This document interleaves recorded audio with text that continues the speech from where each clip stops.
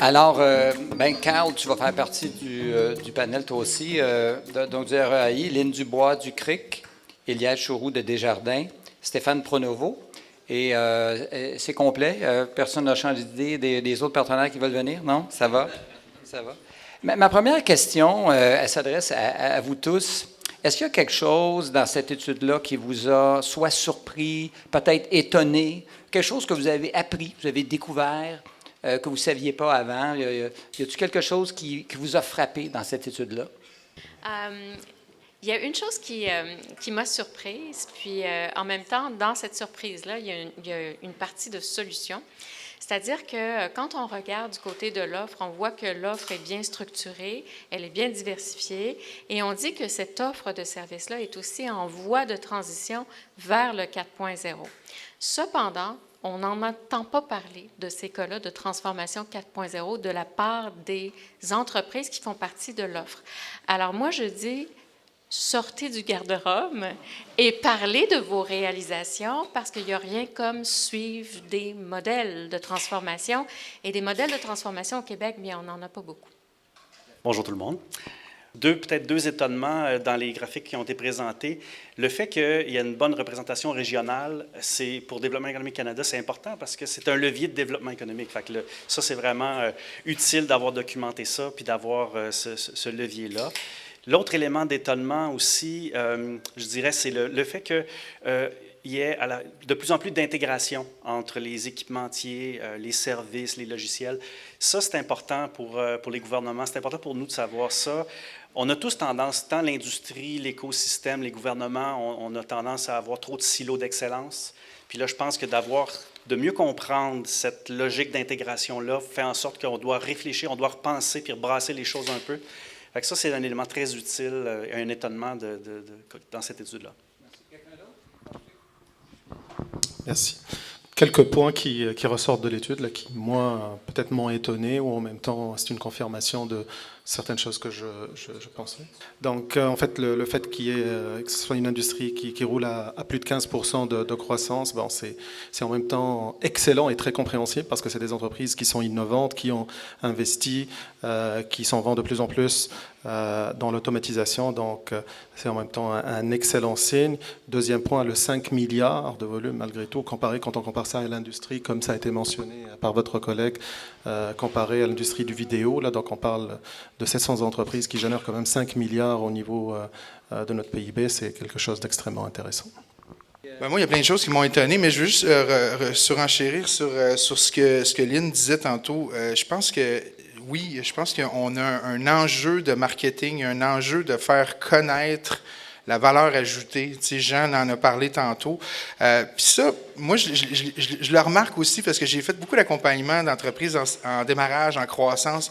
Puis souvent, la plupart de mes clients, c'est des gars de produits. C'est des ingénieurs, des gens qui conçoivent des produits.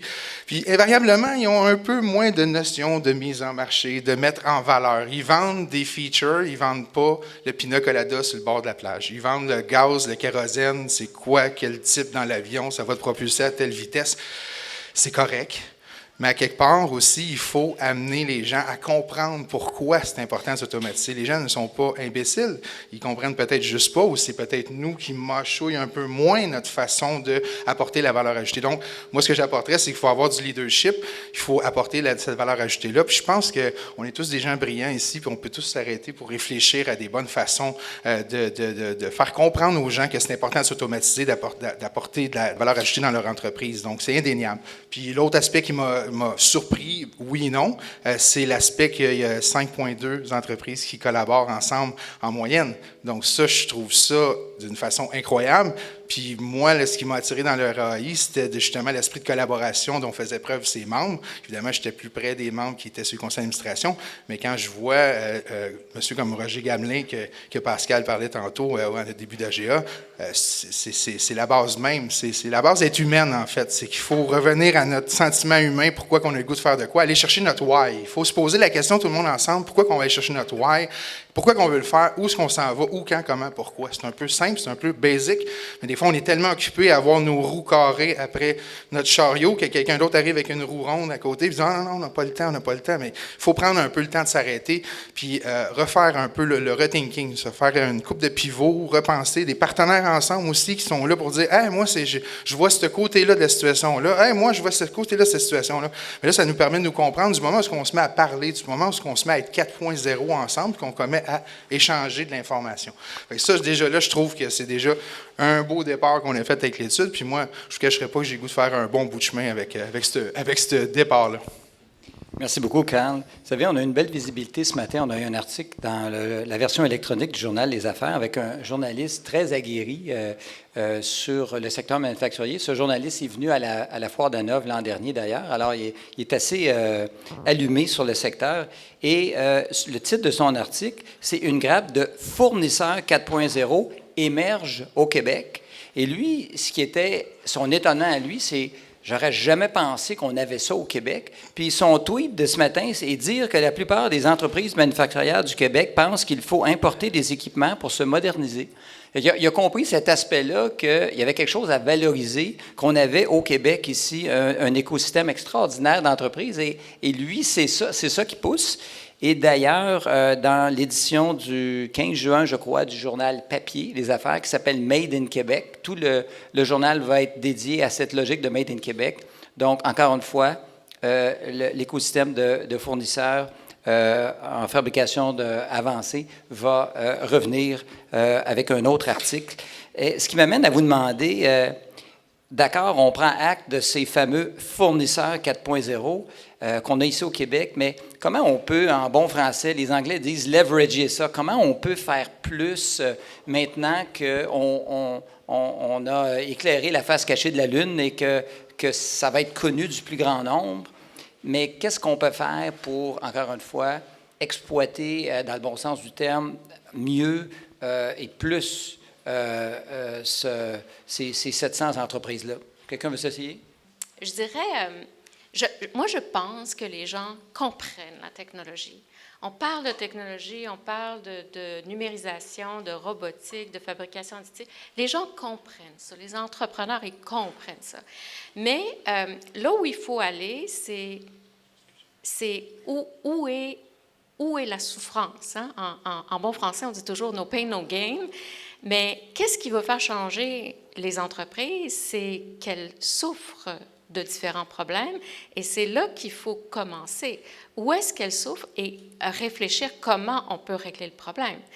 Que ça soit dans la fabrication d'un produit, dans le cycle de vie d'un produit, comment on peut le faire, que ça soit dans régler un problème de traçabilité, que ce soit dans gérer une chaîne de fournisseurs qui est très, très complexe.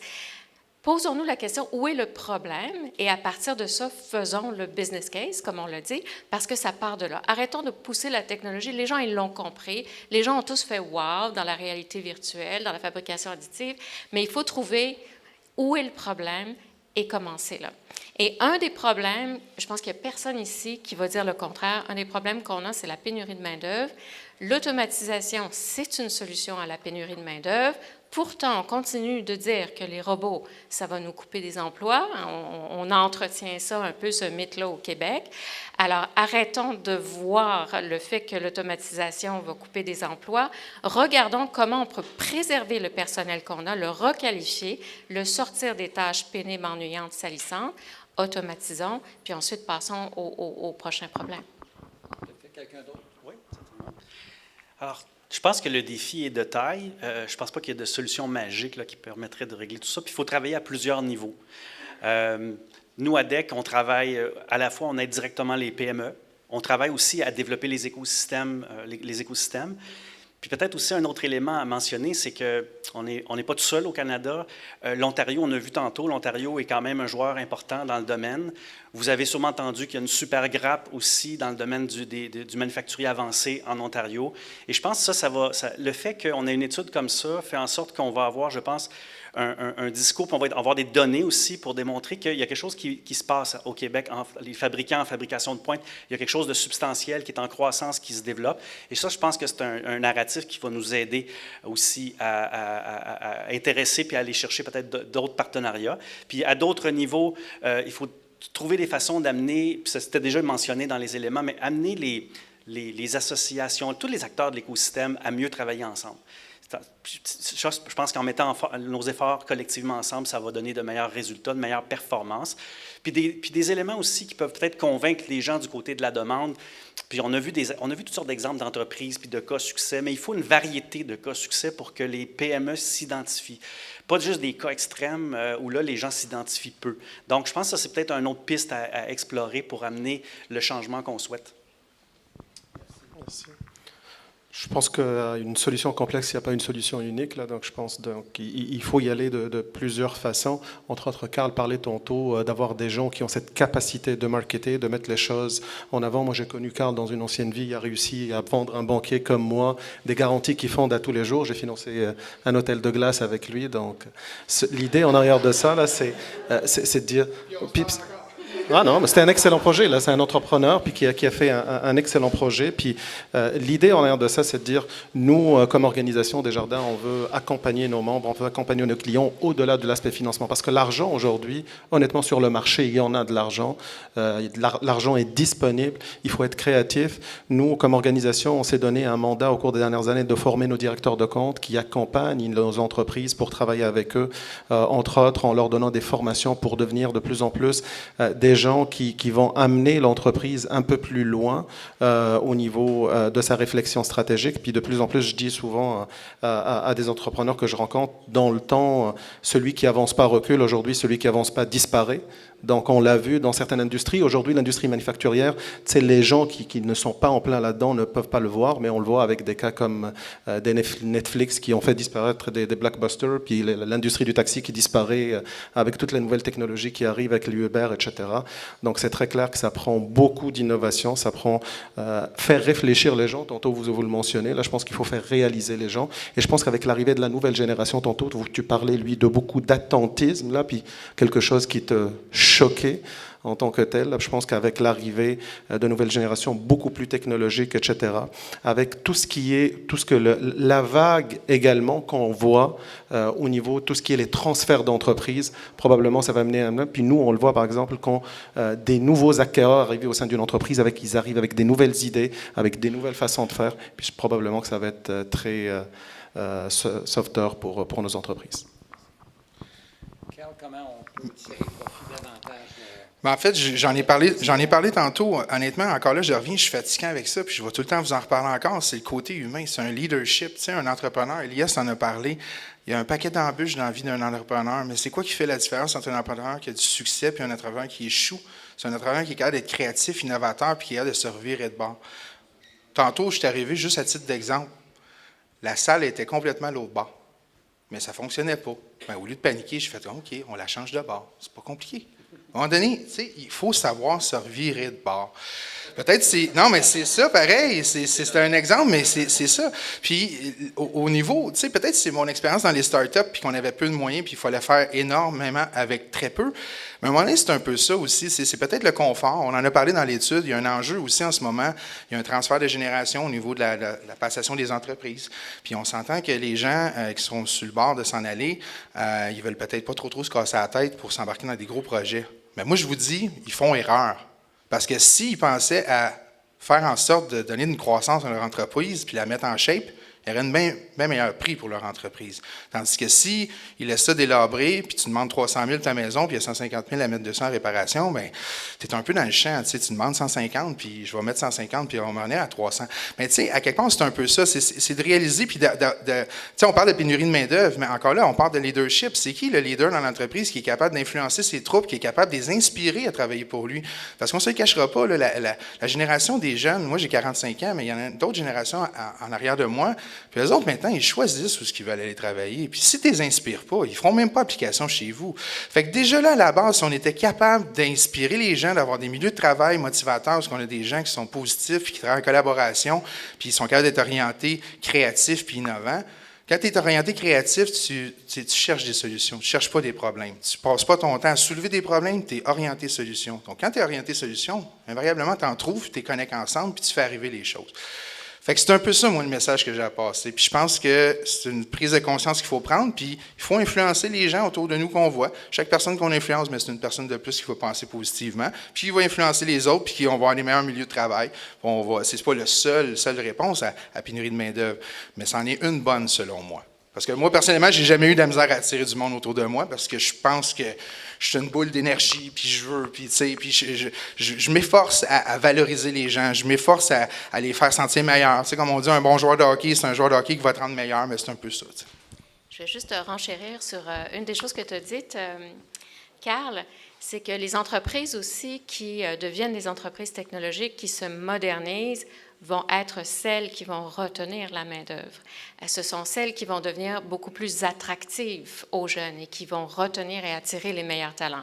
Et les autres, bien, déjà qu'on a un problème de main-d'œuvre, les autres bien, resteront derrière, disparaîtront. Il prendra les miettes. Elias, j'aimerais ça revenir sur les motivations profondes de Desjardins comme institution financière pour apporter une contribution à cette transition.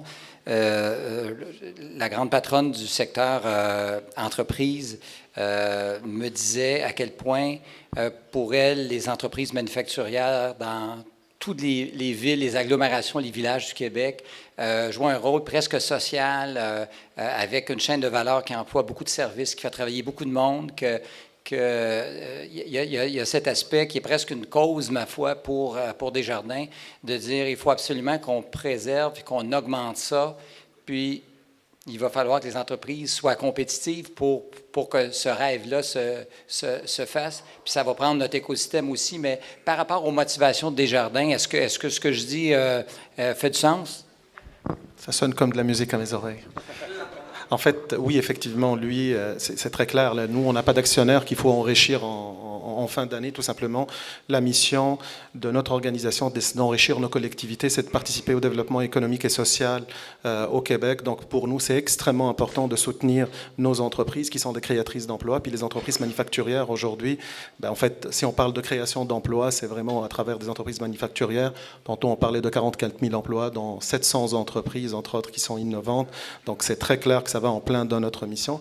Et c'est ce que je te disais tantôt, entre autres, on s'est donné comme mandat, comme organisation, de former plus de 1500 de nos directeurs de compte au niveau de l'école d'entrepreneurship de Beauce, à travers un programme qui a été monté vraiment pour travailler avec nos entrepreneurs, principalement les entreprises manufacturières, mais pour les accompagner en tant que tels, les soutenir au-delà de l'aspect financier, parce que comme Carl le disait tantôt, là, de plus en plus aujourd'hui dans nos PME, là, oui, l'aspect financier est extrêmement important, mais notre rôle, c'est d'être des réseauteurs, c'est d'être des gens qui transmettent l'information, qui prêchent la bonne nouvelle, par exemple, entre autres, au niveau tout ce qui est innovation, pour soutenir nos entreprises. Donc, c'est très clair que ça va en plein dans la mission de notre organisation.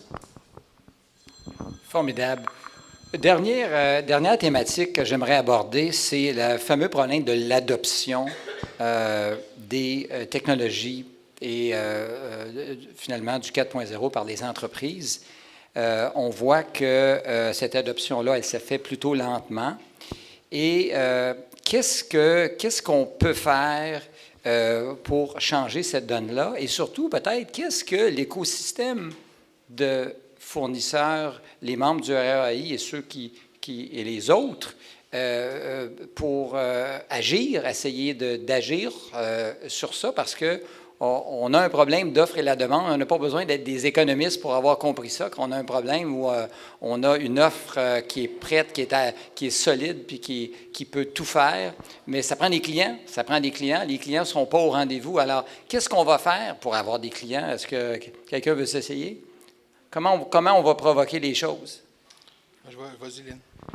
Bien, moi, j'aimerais revenir sur le point de trouver les problématiques, trouver ce dont un entrepreneur souffre le plus et attaquez-vous à résoudre ce problème-là et en allant chercher les nouveaux moyens, les nouvelles façons, parce que les nouvelles technologies, elles ont elles ont toutes des avantages. Elles sont là pour quelque chose. Elles sont là parce qu'elles apportent un bénéfice. Les technologies d'automatisation, les systèmes d'automatisation sont là parce qu'ils apportent des bénéfices.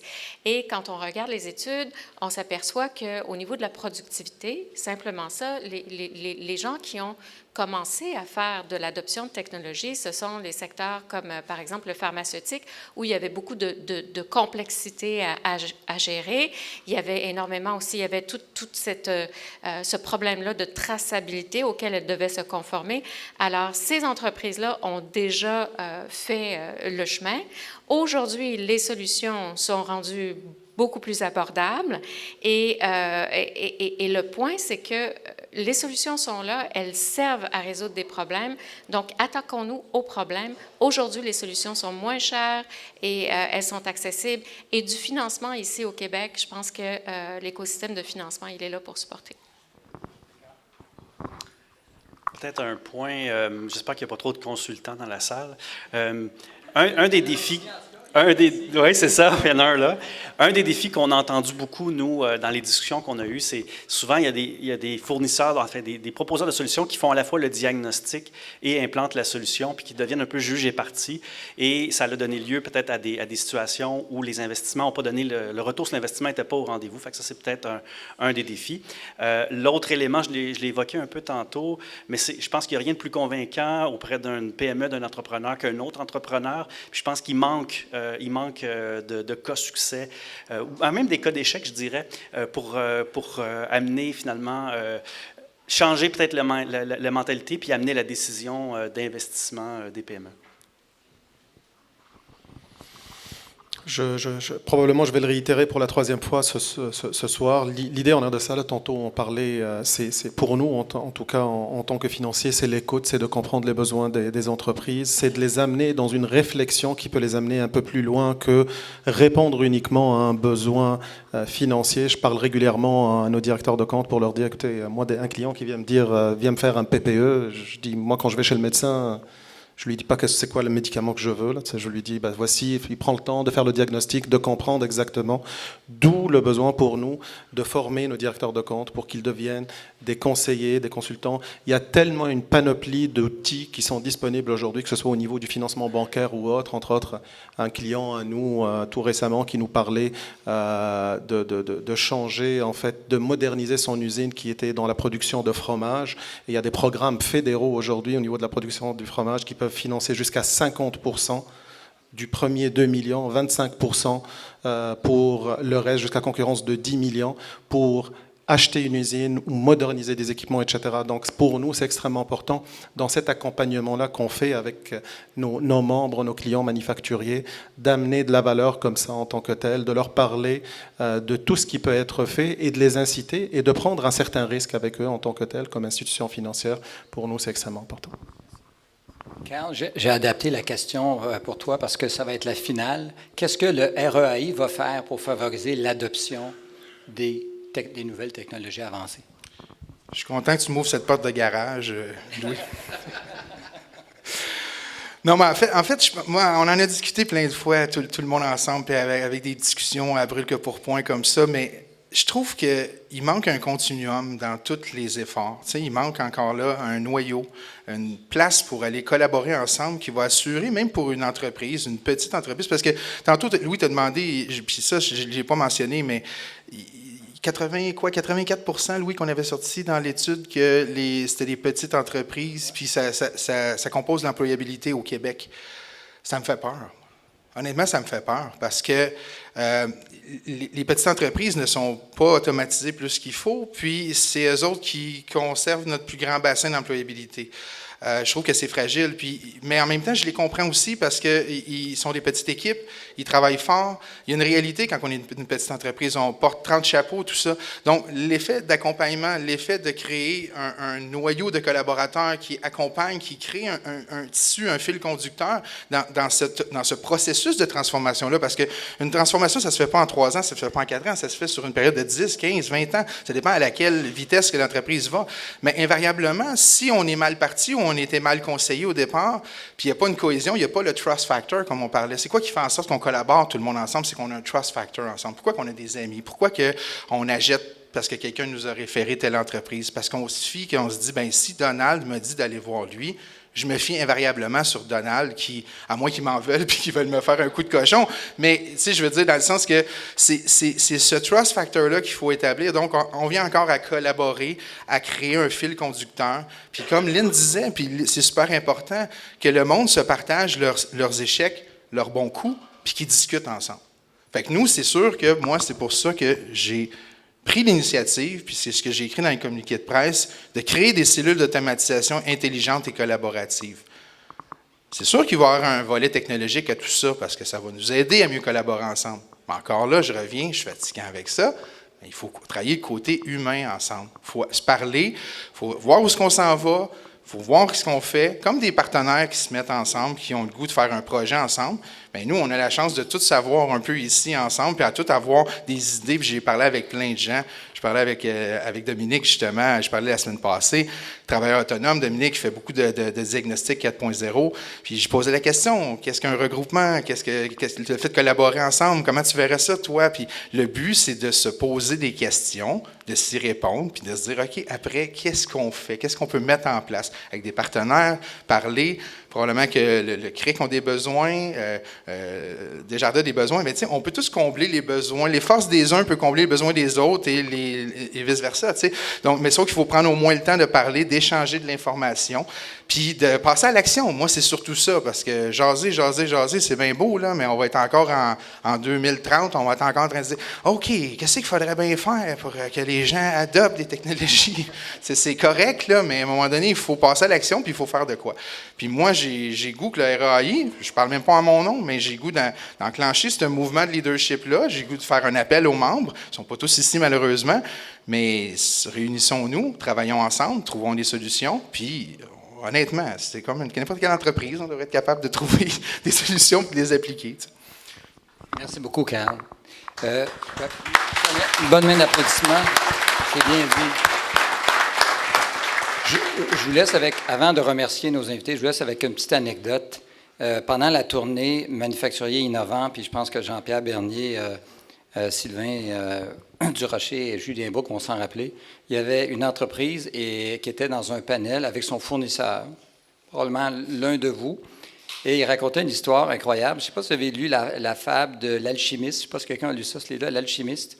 Alors, il raconte que là, il s'est fait dire qu'il fallait qu'il adopte des nouvelles technologies, puis il fallait qu'il aille vers la transition numérique. Alors là, il prend ses valises, puis il s'en va de par le monde. Il s'en va dans des foires en Allemagne, il s'en va en Asie, il s'en va partout. Puis là, une après l'autre, pendant 1 an presque, il fait ça, puis il essaye de comprendre. Puis là, il nous raconte que quand il est revenu tout ça, il était plus mélangé qu'il était encore, parce qu'il a vu tellement de monde qui ont raconté toutes sortes d'affaires. Finalement, il dit, j'étais complètement perdu. Il dit, j'avais comme perdu une année. Et là, il y a un fournisseur local, peut-être un de vos membres, qui l'appelle, qui lui dit « Ça vous tente-tu de... J'aimerais ça vous montrer quelque chose que vous allez aimer. » C'est une firme qui est dans l'agroalimentaire en passant, qui est connue, qu'on connaît aussi. Et ça vous tente-tu de venir voir à l'œuvre une solution que j'ai mise en pratique dans une entreprise pas loin de chez vous? Le gars, il dit « Bon, pourquoi pas? J'ai besoin d'une demi-journée de votre temps. » « OK, je vais y aller. » Alors, il est allé visiter l'entreprise et la solution de visu, c'est tout fait expliquer ça, surtout par une autre entreprise. Vous savez que nous autres, les consultants, on fait notre possible. On est souvent un peu en bas de la liste au niveau capital de crédibilité, malheureusement pour les entreprises manufacturières. Mais reste que, alors, après ça, il nous racontait qu'il a mis en place une solution. Il en est très content. Puis, finalement, il a fini avec notre histoire qu'il y a un très bel écosystème de fournisseurs au Québec et il a pu trouver tout ce dont il avait besoin. Il pense qu'il a commencé par la bonne chose et qu'il est en voie de hausser son jeu encore plus. Alors, parfois, on cherche le trésor très loin, puis souvent, il est dans notre cour. Alors, je voulais vous laisser avec cette petite pensée. Élias Chouroux, Desjardins, Stéphane Pronovo, DEC, Lynn Dubois, CRIC, Carl Fugère, REAI. Merci beaucoup. On les applaudit très fort, s'il vous